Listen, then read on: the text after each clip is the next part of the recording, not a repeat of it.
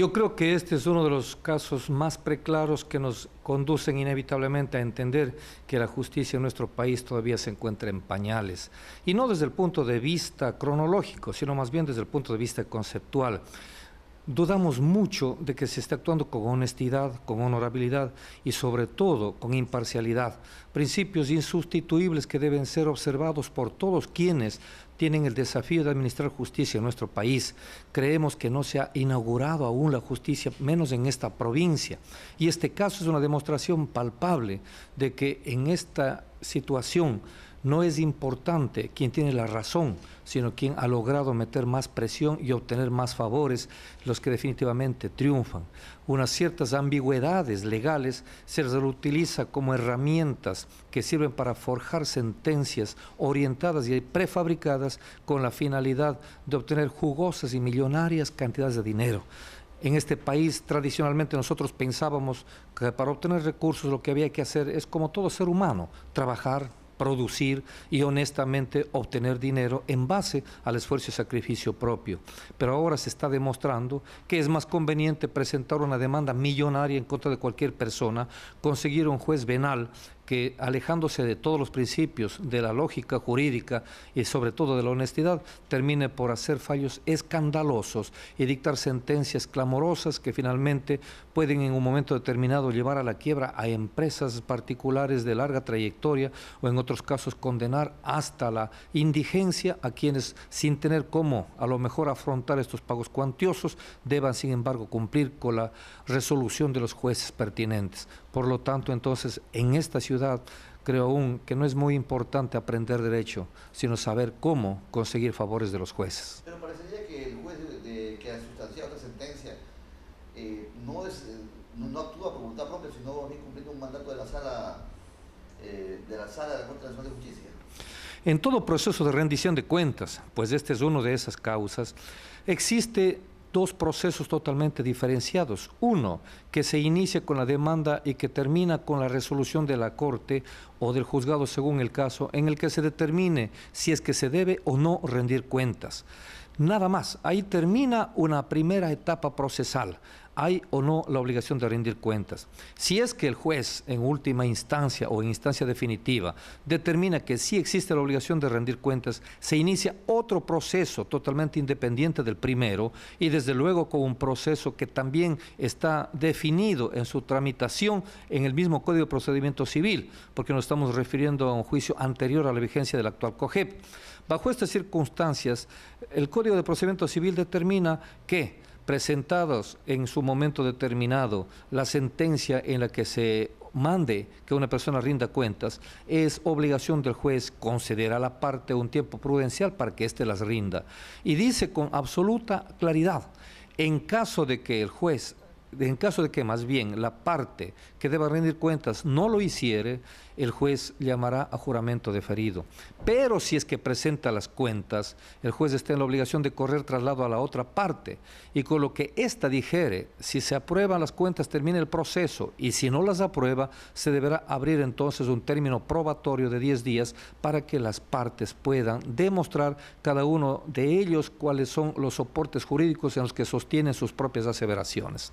Es evidente, en este caso, Darwin Machuca presentó información en más de 100 páginas, con folios incorporados, en los que se determinó cuál fue el procedimiento que se siguió después de que la Sociedad Machuca Hermanos entró prácticamente en una especie de auto de muerte legal, debido a que el 75% de las acciones que le pertenecieron al señor Héctor Antonio Machuca Granda fueron transferidas lícita, legal y públicamente a una compañía jurídica llamada OSTAC. El otro 25% que le correspondía según el contrato de sociedad de hecho a Juan Antonio Machuca Granda le fueron rematados por no haber pagado las costas procesales en un juicio que perdió en el Cantón Santa Isabel. ¿Existe constancia de que este bien fue rematado, este 25% fue rematado? Existe la constancia dentro de los autos y no solamente del remate, sino incluso de que el señor Juan Antonio Machuca Granda cobró el valor del remate, el excedente, luego que se cobraron las costas procesales por parte de los demandantes, él cobró el excedente y existe el documento firmado con su puño y letra en el que él recibe más o menos la cantidad de $500 y algo más, en los que se transformó luego de la dolarización el valor que él originalmente debió haber cobrado. Es decir, el 25% que le correspondía a Juan Antonio Machuca Granda le fue rematado y la totalidad de los activos de la sociedad Machuca Granda pasaron a formar parte del patrimonio personal de don Héctor Antonio Machuca Granda, quien al haber transferido a OSTAC sus derechos, esta compañía se subrogó en todos los derechos y obligaciones que le correspondían a la entonces Sociedad Machuca. ¿Se extinguió entonces Sociedad Machuca Hermanos? Sociedad Machuca Hermanos se extinguió de hecho y de derecho. De hecho, cuando ya se absorbió por parte de Héctor Antonio Machuca Granda el 25% que le correspondía a su ex socio, se absorbió al momento del remate. Y de derecho, cuando se transfirió los derechos sobre la Sociedad Machuca Hermanos a la compañía OSTAC S.A. Por lo tanto, no existió y jamás ya la Sociedad Machuca Hermanos. Doctor, pasa que el juez Patricio Morán primero manda a pagar, ya no le dice a Machuca Granda cuentas, sino que le manda a que pague una cantidad cercana a $9 millones. ¿En base a qué se da esta cifra? ¿De dónde sale? ¿Quién la proporciona? La demanda que presenta Juan Antonio Machuca Granda fija en ella la cuantía de $2.800.000. Es decir, sobreestimando, aumentando todo lo que él aspiraba y desde luego ponderando excesivamente su aspiración, él fija en $2.800.000. Y extrañamente el juez manda a pagar 9 millones y más de dólares. Eso en ninguna parte del mundo es tolerable ni aceptable desde el punto de vista legal. No entendí muy bien esta parte. El demandante exigía $2.8 millones, según él. Según él. Lo que le correspondía. Y el juez, graciosamente o muy generosamente, con lo que no es de él, le fija una cuantía de $9 millones. Fija una cuantía de $9 millones que le correspondería al 25%. Es decir, estamos hablando de que, según el juez, la sociedad Machuca Hermanos habría producido más o menos $39 millones, a pesar de que no existía en ninguna parte, a pesar de que no tiene activos, a pesar de que no está produciendo ni realizando actividad de naturaleza alguna. Hemos presentado hasta el cansancio documentación en este sentido. Se ha demostrado mediante certificaciones conferidas por ARCOM, por la Sociedad de Producción Minera Aurífera Bellarrica, por la Superintendencia de Compañías, por el SRI. Se ha demostrado que no consta en ninguna de esas instancias registrada la Sociedad Machuca Hermanos, pero para el juez Patricio Morán, esa sociedad fantasma, que no existe para nadie, sin embargo produjo más de $39 millones de utilidades netas. No estamos hablando ni siquiera de producción, sino de utilidades netas. Si usted habla de un 10% de utilidades, quiere decir que esa empresa fantasma produjo 390 millones en resultados económicos para obtener una ganancia del 10% equivalente a $40 millones. Solamente a una persona que adolezca de algunas lagunas mentales graves se le puede ocurrir que eso sea factible en este mundo capitalista en el que vivimos. Doctor, ¿está ya esta cosa juzgada? ¿Tendrá que pagar dar una chuca esa cantidad de dinero? Aquí existen algunas cosas que no se han dicho definitivamente y que tendremos que evitar que se sigan suscitando en el futuro. Para poder conseguir que este proceso se dé en la forma como se dio, se forjó desde un inicio un trámite totalmente alejado de la realidad. Darwin Machuca presentó las cuentas en el 6º día, es decir, 4 días antes de que fenezca el plazo que se le concedió, presentó las cuentas, pero el juez antojadizamente y a su manera, desoyendo inclusive el criterio de una perito designada por él, simplemente dijo que esas a su criterio no son cuentas y por lo tanto no sirven. Y como no son cuentas, se amparó en lo que dice la ley para aquellas personas que no presenten cuentas y dijo, ríndase juramento deferido. Es decir, como sabían que no iba a poder demostrarse con pruebas la producción de la Sociedad Machuca Hermanos, entonces buscaron un atajo, evitar llegar al término de prueba. Y para eso había que prevaricar. ¿En qué sentido? En negar el valor de instrumentos calificados y válidos a las cuentas que presentó el señor Darwin Machuca. negarle valor a esos documentos para poder saltarse esa etapa procesal e ir directamente al juramento deferido. Única forma de evitar la obligación de tener que aportar con pruebas las dos partes procesales. Si se hubiesen aportado con pruebas, jamás hubiesen podido demostrar que la sociedad Machuca Hermanos existe y que se encuentra produciendo. Por eso este atajo. Doctor, como que no nos centramos en la pregunta. Yo le decía, ¿es cosa juzgada esto? ¿O qué es lo que van a hacer? ¿Qué es lo que están analizando ustedes para defenderse? Yo le estoy diciendo ya en principio que allí hay un prevaricato que no se va a quedar allí, que lo vamos a denunciar. En segundo lugar, como se buscó el atajo de evitar las pruebas e ir directamente al juramento deferido, allí se produjeron otros errores, que no los consideramos errores, sino más bien desaguisados intencionales, como aquellos de permitir a una persona que dé un juramento deferido a nombre de otros. En ninguna parte de la ley se establecen los juramentos colectivos, no se establecen juramentos por representación. Los juramentos solamente pueden ser rendidos de forma personal por quien tiene parte dentro de un proceso o de un bien. Pero quien tenía que rendir personalmente era el ahora extinto Juan Antonio Machuca Granda, porque dicho sea de paso, el actor falleció mientras aún no se ejecutaba la sentencia. Rindió el juramento deferido del señor Johnny Machuca en nombre de su fallecido padre, más aún a nombre de sus hermanos, y sabiendo que 3 de sus hermanos que no se han presentado a juicio, jamás le autorizaron a que rinde ese juramento. Por lo tanto, ese juramento jamás puede tener valor desde el punto de vista procesal. Pero además de eso, se permitió por parte del mismo juez venal, Patricio Morán, que se rinda un juramento leyendo información que ha sido preparada y prefabricada intencionalmente por sus asesores y personas allegadas a él. Se leyó un informe estando prohibido por el Código de Procedimiento Civil que quien rinde un juramento lo haga leyendo. Tiene que hacerlo de forma oral y en base a información fidedigna. Cuando se le pidió al juez que ordene que Johnny Machuca proceda a fundamentar y respaldar en algún tipo de documentación su juramento, simplemente negó nuestras peticiones, ni las providenció siquiera. Peor, darle algún tipo de respuesta positiva, lo que conllevó a la situación de que se cumplía con el libreto que se había al principio. Presentar la demanda, evitar ir al término de prueba, recibir un juramento deferido sin soporte ni sustento legal alguno y emitir un auto para que de esa manera no se pueda apelar, porque la ley dice que una vez que termine la prueba el juez dictará sentencia aprobando el saldo acreedor. Extrañamente aquí no se dicta sentencia, porque las sentencias deben tener ciertos formalismos, incluso una frase sacramental que dice en nombre del pueblo soberano y por autoridad de la ley. Aquí no se dice nada de eso, se dicta un auto. ¿Saben para qué? Para intentar bloquear el recurso de apelación.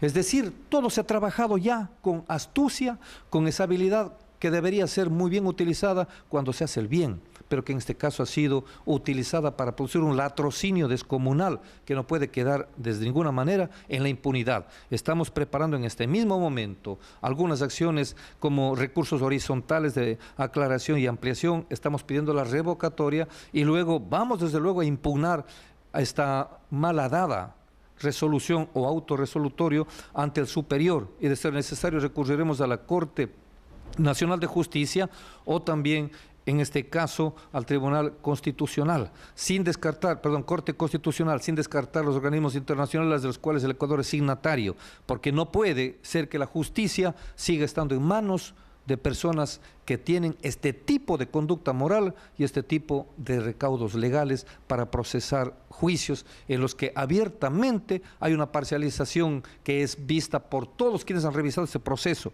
Todos los abogados que han leído la causa, todos coinciden exactamente en lo mismo. El juez prevaricó abiertamente y no puede quedar ese delito en la impunidad. ¿Podemos decir que el juez habría sido juez y parte en el proceso? Lo único que nos falta es probar cuáles son los intereses personales del juez en esta causa. Intereses de qué orden no lo sé, pero de que ha habido una definida y abierta apreciación personal subjetiva para apegarse al lado del actor, es indudable que lo hubo. Nadie puede negar que el juez en este caso hizo todo lo posible por llevar las cosas al estado en que se encuentran. Claro, yo me pregunto, ¿cuál es la causa, el fundamento o qué es lo que hay detrás de esta actuación del juez tan completamente parcializada y tan completamente falta de objetividad? Al tener una grave acusación el señor juez, ¿cuáles son las acciones que ustedes van a tomar? Conocemos que el Consejo de la Judicatura tendría que actuar de oficio o a petición de parte para una sanción, para que revise el procedimiento. ¿Qué acciones van a tomar ustedes? De hecho, estamos preparando inmediatamente ya una queja al Consejo de la Judicatura, porque esperamos que este organismo superior, que tiene la obligación de contribuir y velar porque la justicia impere en este país, se interese por este caso, porque son casos emblemáticos que sirven de referencia para que en otros casos parecidos no se actúe de igual manera.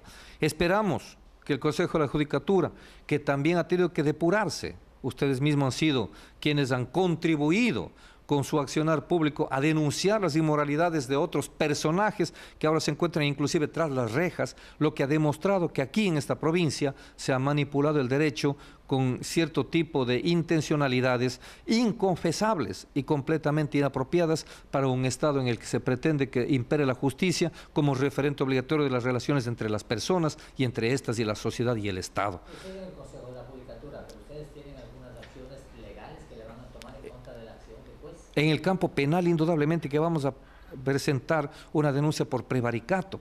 Estamos completamente convencidos de que existe en este caso una parcialización de tal manera que se ha violado flagrantemente la ley para poder llevar las cosas al estado en que se encuentran actualmente. Se ha aceptado un juramento, en principio sin hacerle jurar a la persona, aunque parezca una especie de juego de palabras, pero se hizo eso, se hizo un juramento deferido sin juramento. Y después, en vez de exigir que se vuelva a repetir el juramento cumpliendo con la fórmula sacramental que obliga a que el juez advierta sobre las consecuencias del perjurio, simplemente lo que se hizo supuestamente es subsanar con la ratificación del rindente de que él estaba de acuerdo con lo que había dicho anteriormente. Es decir, se ha jugado con todo lo que se ha podido para conseguir el objetivo propuesto. Se han hecho todas las violaciones posibles habidas y por haber para que algunas pequeñas ambigüedades que constan en la ley puedan ser utilizadas a fin de conseguir el propósito insano que se venía buscando desde el comienzo. Y parece que a eso se está llegando.